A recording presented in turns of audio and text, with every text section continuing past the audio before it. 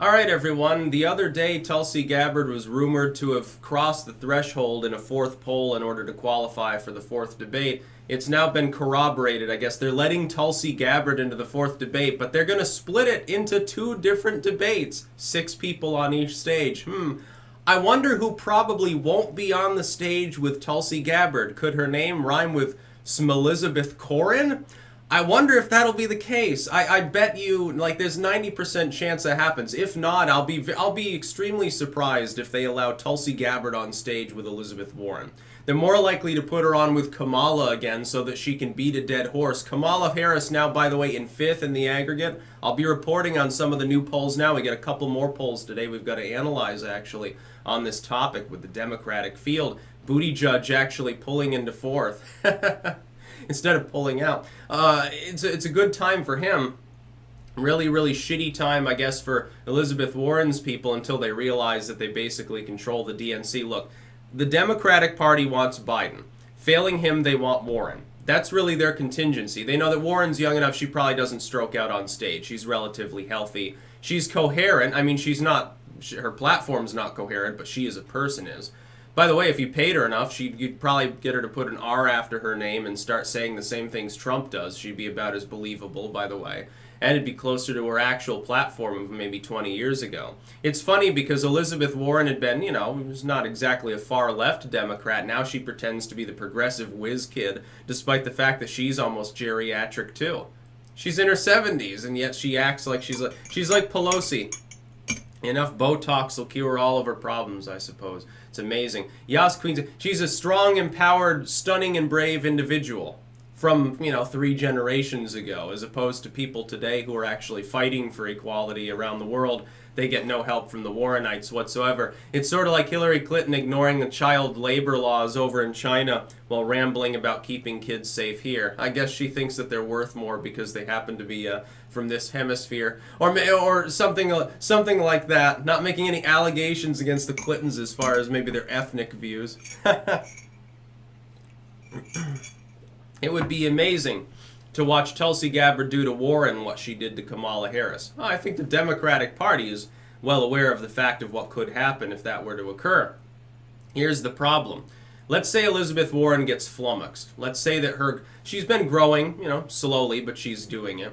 She is, solid second place. She's pulled several points ahead of Sanders. She's the one to beat, essentially, at this point in Iowa. She's got a lot of advantages. She and Biden are the field, basically. The problem is that, like with Kamala Harris, who's now dropping into oblivion because she got no real boost in long-term support by her debate win in the first debate, if Tulsi Gabbard crushes Elizabeth Warren, puts her on her guard, calls out her record. She did this with Harris, so there's no reason for her not to do it with Warren. She's the only one who can do it. She's the only one. She'll be the only female there who has any qualifications as far as her speaking skills, and is the only one willing other than Harris to engage in a fight, but Harris is already done. Nobody gives a fucking shit about Kamala Harris other than Kamala Harris's screeching chorus of ever-dwindling fan base. It's very funny to see because they were so loud and happy in the third debate. Oh, Tulsi Gabbard didn't qualify. It's funny to see the preemptive attacks on Gabbard, too. By the way, she came out against the idea of impeaching and said, oh, that'll be divisive for the country. Oh my God, she's a Russian shill. She's Putin and Assad's puppet. Yeah, this military individual is an Assad puppet. It's interesting how the left casts her off. It's like, we love women except when they say things we don't want them to say. We love black people until they wander off the Democratic plantation, so to speak. Then we call them racial epithets, which they do. Oh, we love Hispanic voters. What? Hispanics for Trump? Fucking deplatform, ban, ban, ban. That's what the Democrats have been fucking doing the whole fucking time. Bunch of asinine little puppets, slugs and cretins. That's what the DNC reminds me of. I'm not even a Gabbard fan. Gabbard's more anti-gun than anybody who will be up on stage against her. Hell, Bernie Sanders looks like he's ready to join the NRA compared to Tulsi Gabbard, but that doesn't mean she shouldn't be allowed to speak. They kept her out of the third debate because they knew that they wouldn't have enough people to split it. Now that they do, they're like, okay, Gabbard can be in. We won't rig the polls this time because then it'd be too obvious. Now they'll just split it 6 and 6 on that night. What odds are there that Elizabeth Warren is on one debate stage and Tulsi Gabbard is on the other debate stage? They're more likely to put her up against Biden, let her trounce him, because it doesn't matter as long as they've got Warren. Really, they need one or the other, but with Biden looking more and more decrepit, I think that some of these people favor Warren at this point. It's just a matter of the fact that Biden had more long-term support to begin with, so he still happens to be the front runner by 5 or 6 points. This is going to be hilarious to watch. Let's say that I'm wrong, though. Let's say that Gabbard and Warren do get put on stage together. Let's say that they actually use a random algorithm to determine who gets on which stage, or they buckle to pressure from the Gabbard people who are thirsting for blood after the DNC fucked him in the third debate. Let's say they do put her on stage with Warren. They'll probably try everything with the moderators to try to keep her from attacking Warren too much. Oh, they'll cover for her ass.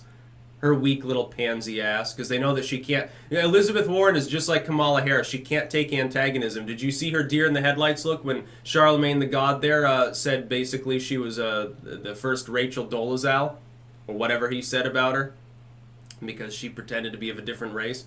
Oh yeah, I'm full-blooded Cherokee. Look at my high cheekbones and my proclivity for cheap alcohol, says Elizabeth Warren before she wanders off to go to her wampum service. She starts a bonfire and starts dancing around drunkenly and doing like very stereotypical shit. She thinks this is engaging in culture. This is appropriate for her. No, she's an old waspish white woman.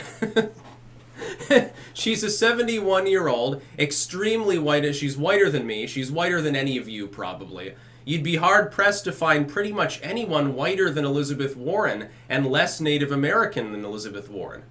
I mean, and I've got my own feelings on the native idea. It's like, I was born on this continent. I'm a Native American too. It doesn't matter, but it's a different issue entirely. By that standard that the Democrats typically employ, Elizabeth Warren is of purely European extraction, and she should shut the fuck up about the issue.